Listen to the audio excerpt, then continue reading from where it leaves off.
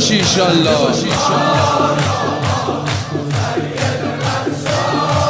آقا جان آقا این شبا بی تو یه زیارت بودم بدجوری دل